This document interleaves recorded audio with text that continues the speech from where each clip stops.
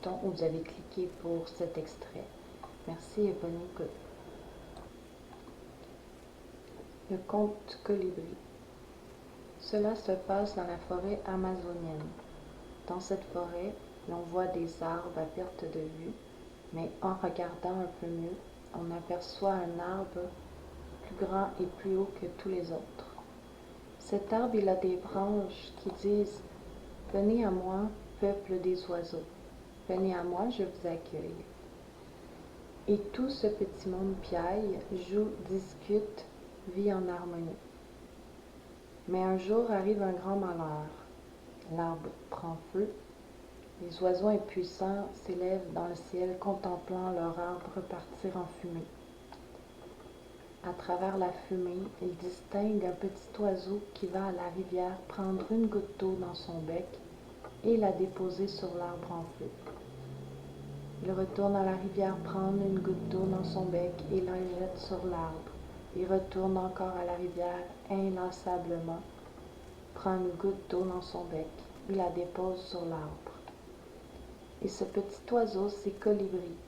Vous savez, ce petit oiseau multicolore avec un long bec pour sucer le nectar des fleurs. Mais Colibri, que fais-tu? Viens, cela ne sert à rien, viens, rejoins-nous. Je fais ma part, je fais ma part, je fais ma part de travail pour éteindre le feu. Et vous aussi venez faire votre part, faites votre part de travail pour éteindre le feu.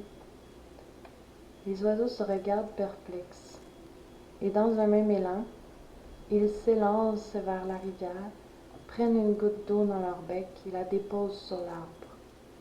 Puis retournant à la rivière, prendre une goutte d'eau dans leur bec et la jettent sur l'arbre, et retournent encore à la rivière. Inlassablement, tous prennent une goutte d'eau dans leur bec et la déposent sur l'arbre. Et ces millions de gouttes d'eau forment une pluie si fine et si dense que le feu finit par s'éteindre. Depuis ce jour, l'arbre reverdit, l'harmonie est revenue en son sein et chacun a gardé en mémoire qu'il doit faire sa part. Voilà. Un petit conte à réfléchir et à laisser déposer simplement à l'intérieur de nous. Namasté.